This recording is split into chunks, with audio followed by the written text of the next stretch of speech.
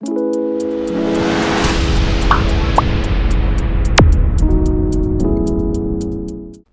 बच्चों, कैसे हो सब अच्छे होंगे।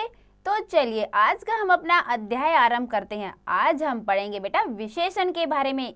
तो आपको देखा आपने कभी कि आपके आसपास कुछ चीजें होती हैं या कुछ प्राणी होते हैं जिन क्या है वो कि अपनी अपनी कुछ ना कुछ विशेषता बताते हैं। ठीक है, तो जो विशेषता हो उनकी वो क्या कहलाती है, विशेषण। ठीक है, जैसे छोटा लड़का, बड़ा भाई, छोटा भाई, ठीक है, छोटी बहन, बड़े पापा, बड़ी मम्मी, ये सब क्या है, कोई ना कोई विशेषता बता रहे हैं। छोटा, बड़ा, लंबा, ठीक है, तो क्या हो गए वो विशेषण। तो देखिए हम अपने पाठ के माध्यम से पढ़ते हैं विशेषण। पढ़िए और समझिए। सभी व्यक्तियों और वस्तुओं की कोई ना कोई विशेषता होती है जो उन्हें अन्य लोगों या वस्तुओं से अलग प्रदर्शित करती हैं। ठीक है, यानी कि सभी व्यक्तियों की या वस्तुओं की कोई ना कोई विशेषता होती है जिससे क्या लगता है कि वो सबसे क्या है, अलग प्रदर्शित होती है, कि वे उनसे थोड़ा सा अलग हैं। ठीक है, तो वो क्या हो गए हमारे विशेषण। जैसे देखिए यह लड़का लंबा है, तो यह लड़का लंबा है, तो लंबा क्या है, उसकी विशेषता है कि वो औरों से क्या है, वो थोड़ा सा लंबा है। तो क्या हो गया लंबा, यहाँ पे विशेषता। आगे देखिए रात में अनेक तारे चमकते हैं। फिर है प्लेट में 3 सेब हैं। फिर है विशाल ने लाल जूते पहने हैं।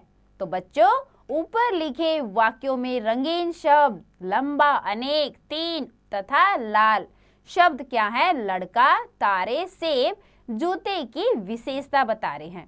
ठीक है, तो ये क्या है, अलग अलग विशेषता बता रहे हैं, इसलिए लंबा, अनेक, 3 तथा लाल शब्द क्या है, विशेषण।